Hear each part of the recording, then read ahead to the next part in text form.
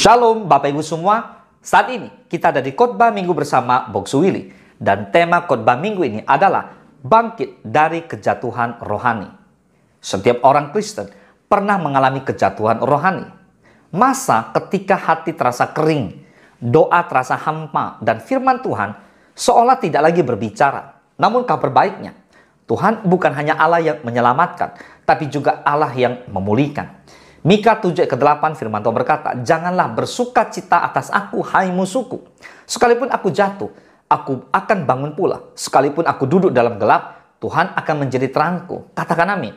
Nah saudara, hari ini ada 4 hal yang mau kita pelajari bersama. Yang pertama adalah kejatuhan rohani bisa terjadi pada siapa saja. Yang kedua, tanda-tanda kejatuhan rohani seperti apa? Dan yang ketiga, langkah-langkah untuk bangkit kembali. Dan yang keempat, Tuhan selalu siap menyambut kita kembali. Mari kita bahas. Kita akan mulai dari yang pertama. Kejatuhan rohani bisa terjadi pada siapa saja. Contoh dalam Alkitab, Daud jatuh dalam dosa perzinahan dan pembunuhan, 2 Samuel 11. Namun Daud bertobat dan hidup dengan sungguh-sungguh. Saudara bisa baca di Mazmur 51. Petrus menyangkal Yesus 3 kali, tertulis di Lukas 22 ayat 61 sampai 62. Lalu Elia mengalami depresi rohani setelah kemenangan di Gunung Karmel, 1 Raja-Raja 19. Nah, kita lihat apa yang menjadi penyebab kejatuhan rohani. Yang pertama, kehidupan doa yang mulai pudar. Saudara, kehidupan ini penuh dengan berbagai tantangan. Dan seringkali kita dihadapkan pada situasi yang dapat menggoyahkan iman. Namun ada satu bahaya terbesar yang seringkali luput dari perhatian, yaitu jauh dari Tuhan. Hati-hati, ketika hubungan kita dengan Tuhan mulai renggang, kita tidak hanya kehilangan damai sejahtera, tapi juga arah dalam hidup. Alkitab dengan jelas mengingatkan dalam Yohanes 15 ayat ke-5, "Sebab di luar aku, kamu tidak dapat berbuat apa-apa." Itu yang pertama. Yang kedua, firman Tuhan tidak lagi menjadi makanan rohani. Saudara, sudahkah tubuh rohani saudara mendapatkan makanan yang cukup? Makanan bagi tubuh rohani adalah firman Tuhan. Pertanyaannya, apakah saudara secara konsisten menyediakan waktu untuk bersatu teduh? Yaitu membaca, meneliti, merenungkan firman Tuhan. Tidak sedikit orang Kristen yang jarang sekali membaca Alkitab. Membaca kalau sempat saja, itu pun saat di gereja. Alkitab menyatakan ada tertulis, manusia hidup bukan dari roti saja, tetapi dari setiap firman yang keluar dari mulut Allah. Matius 4 ayat ke-4. Firman Tuhan adalah makanan pokok bagi manusia rohani. Oleh sebab itu, mari milikilah rasa haus, lapar, lalu rasa antusias terhadap firman Tuhan. Amin. Nah, orang yang mengalami kejatuhan rohani sudah tidak lagi punya rasa lapar, rasa haus akan firman Tuhan. Semakin hari semakin menjauh dari hadirat Tuhan. Bertobatlah. Amin. Dan yang ketiga, kesombongan rohani merasa kuat tanpa Tuhan. 1 Korintus 4 ayat ke-6 firman Tuhan berkata, "Saudara-saudara, kata-kata ini aku kenakan pada diriku sendiri dan pada Apolos. Karena kamu supaya dari teladan kami, kamu belajar apakah artinya ungkapan, jangan melampaui yang ada tertulis. Supaya jangan ada di antara kamu yang menyombongkan diri dengan jalan mengutamakan yang satu daripada yang lain." Kesombongan adalah salah satu penyakit rohani yang tidak disadari oleh banyak orang Kristen yang mengaku pengikut Kristus. Tak terkecuali di kalangan para hamba Tuhan atau pelayan-pelayan Tuhan sekalipun. Merasa sudah memiliki jam terbang yang tinggi dalam pelayanan, sudah puluhan tahun ikut Tuhan atau aktif dalam pelayanan, merasa diri layak, merasa memiliki talenta atau karunia yang luar biasa, merasa sudah dipercaya Tuhan dalam banyak hal. Mereka menjadi sombong secara rohani. Hati-hati, inilah yang terjadi dan dialami oleh jemaat Tuhan di Korintus.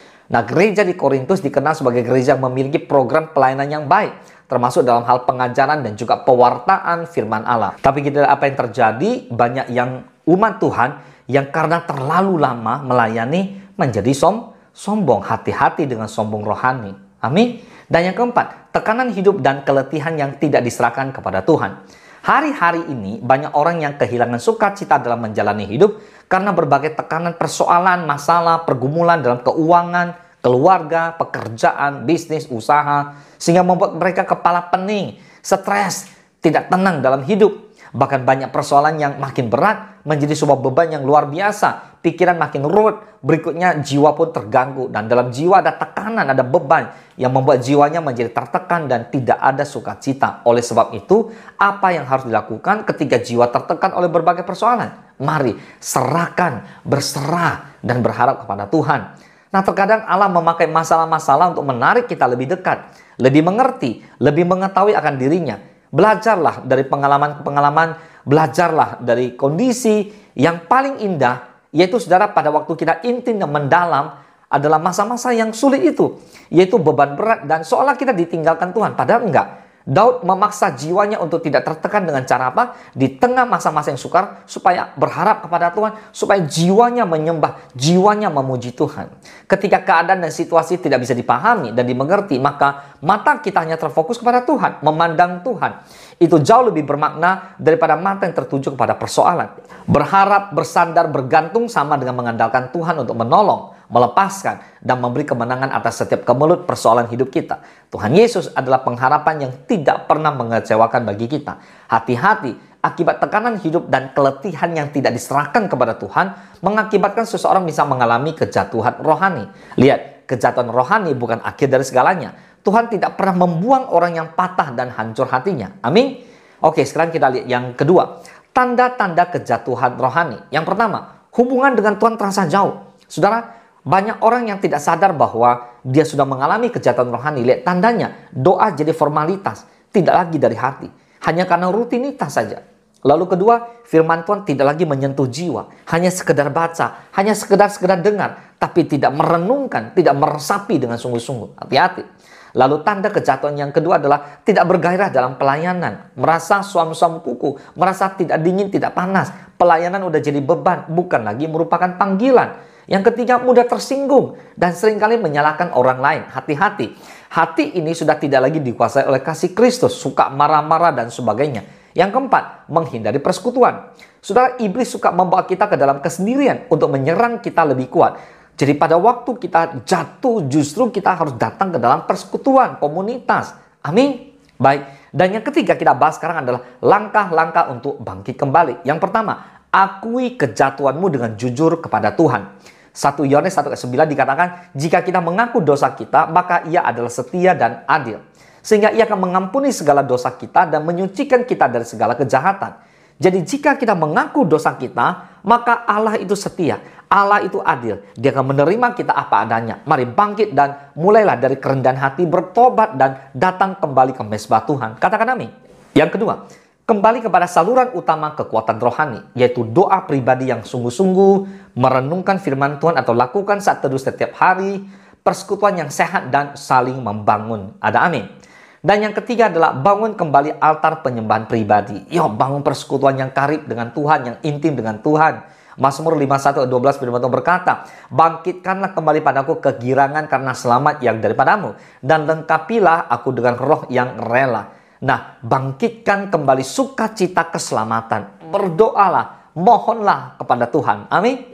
Yang keempat, minta Roh Kudus menghidupkan kembali api iman. Roma 8 ayat ke-26 firman Tuhan berkata, demikian juga Roh membantu kita dalam kelemahan kita, sebab kita tidak tahu bagaimana sebenarnya harus berdoa. Tetapi Roh sendiri berdoa untuk kita kepada Allah dengan keluhan-keluhan yang tidak terucapkan. Jadi Roh membantu kita dalam kelemahan kita untuk berdoa. Roh Kudus adalah penghibur dan pemulih jiwa kita. Ada amin. Tak seorang pun pastinya dari kita suka dengan kondisi di mana segala sesuatunya penuh dengan tekanan. Ya, dikejar deadline lah, ekspektasi yang tidak tercapai lah. Biasanya kondisi-kondisi ini akan menguji iman kita. Kita bisa bereaksi marah, kecewa, kesal, dan sebagainya. Sehingga damai sejahtera kita hilang. Menjaga iman dalam 24 jam sehari dan 7 hari seminggu, itu tentu saja merupakan sebuah tantangan. Ya, pastinya tak semua orang dapat mempertahankan iman tanpa kuasa Tuhan yang menolong. Jadi, tugas besar kita adalah untuk tetap menjaga api iman kita menyala. Caranya dengan mengusahanya, dengan selalu menyediakan bahan bakar setiap hari. Dengan apa, saudara? Yaitu dengan kebenaran firman Tuhan dan juga dengan doa. Karena setiap kali kita memilih untuk baca firman, Tuhan itu menghidupkan kita. Ketika kita memperkatakan dan berdoa dengan disiplin setiap hari, maka api iman kita akan terus menyala. Bahkan kita akan bertumbuh menjadi pribadi yang kaya akan kasih, kesabaran, kemurahan, dan kerendahan hati. Dan yang kelima, miliki tekad baru dan komitmen yang nyata. Jangan hanya menyesal, bertindaklah dengan disiplin baru. Amin. Buka diri untuk ditegur dan dilatih kembali oleh Tuhan. Amsal 3, 11 dan 12 firman Tuhan berkata, hai anakku, janganlah engkau menolak didikan Tuhan dan janganlah engkau bosan akan peringatannya. Amin. Karena Tuhan memberi ajaran kepada yang dikasihinya seperti seorang ayah kepada anak yang disayangi. Nah, dari dua ayat Alkitab ini kita bisa menyimpulkan, kita bisa melihat bahwa didikan itu sangat penting untuk kehidupan kita sebagai anak-anak Tuhan.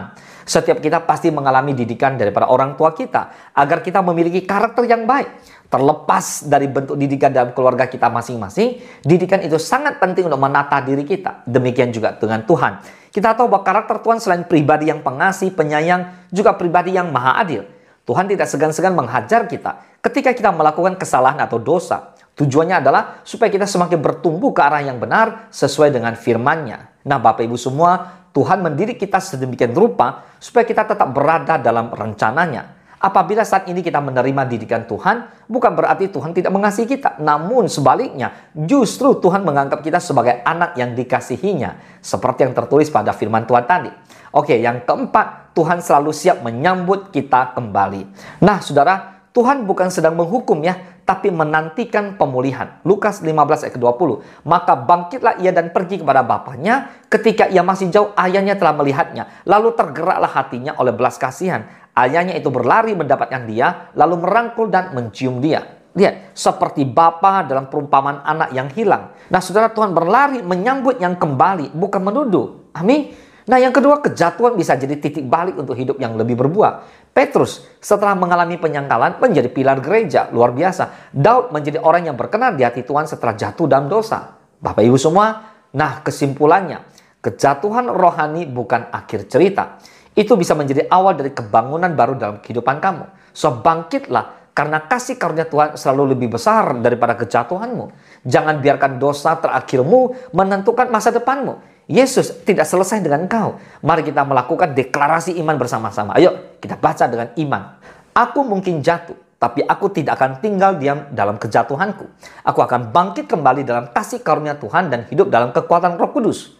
Sekali lagi, aku mungkin jatuh, tapi aku tidak akan tinggal dalam kejatuhanku. Aku akan bangkit kembali dalam kasih karunia Tuhan dan hidup dalam kekuatan Roh Kudus. Satu kali lagi, aku mungkin jatuh, tapi aku tidak akan tinggal dalam kejatuhanku. Aku akan bangkit kembali dalam kasih karunia Tuhan dan hidup dalam kekuatan Roh Kudus. Mari katakan amin. Mari kita bersatu dalam doa. Bapa di dalam surga, kami berdoa buat semua rekan yang mengikuti khotbah minggu ini. Tuhan, buat mereka yang mengalami kejatuhan rohani, angkat mereka kembali, pulihkan mereka kembali, bawa mereka kepada jalan-Mu yang benar. Roh Kudus, mari tolong mereka, bangkitkan mereka. Bapa, kami serahkan semua ke dalam tangan Tuhan. Kami percaya Tuhan selalu bersama dengan kami. Tuhan mengasihi kami, maka Tuhan menegur kami. Tuhan bahkan menghajar kami, mendidik kami. Bapa, kami bersyukur kami punya Allah yang baik, yaitu di dalam nama Tuhan Yesus Kristus. Terima kasih Tuhan, ini doa kami. Kami bersyukur dan sudah berdoa dalam nama-Mu yang kudus, yaitu Yesus Kristus, Tuhan dan Juru Selamat kami. Haleluya. Mari sama-sama kita katakan amin. Selamat hari Minggu. Tuhan Yesus memberkati.